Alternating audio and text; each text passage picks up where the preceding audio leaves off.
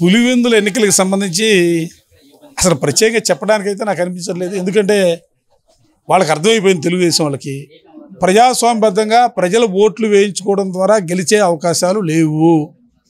అది చరిత్ర. అక్కడ పులివెందులు అంటే చరిత్ర. అది అటువంటి పరిస్థితుల్లో ఇవాళ అక్కడ ఏదో రకంగా ఎన్నికల్లో గెలవాలా. ఆ గెలవడం కోసం వాళ్ళు ఎంచుకున్నటువంటి మార్గాలు ఏంటంటే నాయకుల మీద దాడులు చేయటం, ఓటర్ని డబ్బులతో కొనేయాలని ప్రయత్నం చేయటం, అక్రమ కేసులు బనాయించడం, ఊళ్ళలో ఉన్న వాళ్ళందరూ చిన్న చిన్న చోట నాయకులందరినీ కూడా బైండ్ ఓవర్ కేసుల పేరిట పోలీస్ స్టేషన్ల చుట్టూ తిప్పుతూ ఉన్నారు. ఇక వాళ్ళు నమ్ముకుంది ఇదే. ప్రజల దగ్గరికి వెళ్ళి ప్రజలను ఓట్లు అడిగి ప్రజల చేత ఓట్లు వేయించుకున్నామని భావన కాదు. అక్రమ కేసులు, అక్రమ అరెస్టులు, బైండ్ ఓవర్ కేసులు, డబ్బులు పెట్టి కొనుగోలు. అదే పరిస్థితి అక్కడ. అసలు వాళ్ళు ఎన్ని రకాలుగా తిప్పలపడ్డా అక్కడ వైఎస్ఆర్ కాంగ్రెస్ పార్టీ గెలవబోతోంది. నిన్న పులివెందులకు సంబంధించింది మా రమేష్ యాదవ్ గారిని బీసీ అధ్యక్షుడిని చాలా కిరాతకంగా, దౌర్జన్యంగా, ఇది ప్రజాస్వామ్యంలో ఉన్నామా లేకపోతే డెమోక్రసీయా మనకి తెలియట్లేదు. మన పార్టీ కోసం డోర్ టు డోర్ వెళ్ళి క్యాంపింగ్ చేసే మా రమేష్ యాదవ్ గారి మీద అక్రమంగా దాడి చేసి బండి మీద పెట్రోల్ పోసి, ఇది ఏమాత్రం బీసీ నాయకులు మొత్తం ఖండిస్తున్నాం. దీని గురించి ఏదైతే మనం ప్రజాస్వామ్యంలో ఉన్నామో ప్రజలు నిర్ణయిస్తారు గెలుపు ఓటమి మీద. ఈ రకంగా దాడులు చేసి నాయకుల్ని భయభ్రాంతులు చేసి అక్రమ కేసులు పెట్టి చేస్తే ఎవరు దాని గురించి భయపడేది లేదు, భయపడరు కూడా.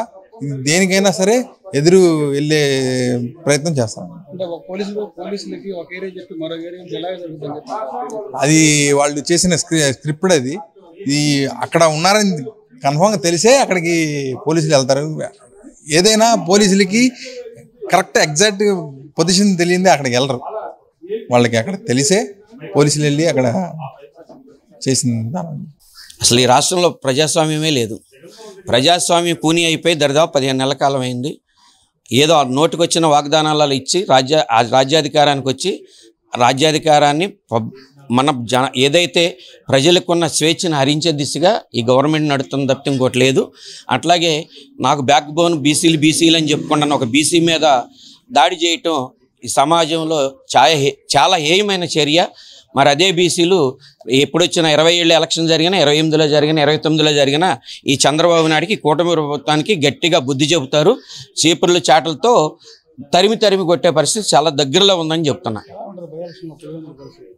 ఖచ్చితంగా ప్రజాస్వామ్యంలో జరుగుతున్న 15 నెలల పాలన చూశారు జనం, ఇసుకుపోయి ఉన్నారు. ఖచ్చితంగా మా అభ్యర్థి ఎవరైతే ఉన్నారో సతీష్ రెడ్డి గారు ఖచ్చితంగా గెలుస్తారు. భారీ మెజార్టీతో గెలు, దాంట్లో ఎలాంటి సందేహం కానీ డౌట్ కానీ లేదనేది నా ఆలోచన. ఖచ్చితంగా మా ప్రజల ఆలోచన కూడా.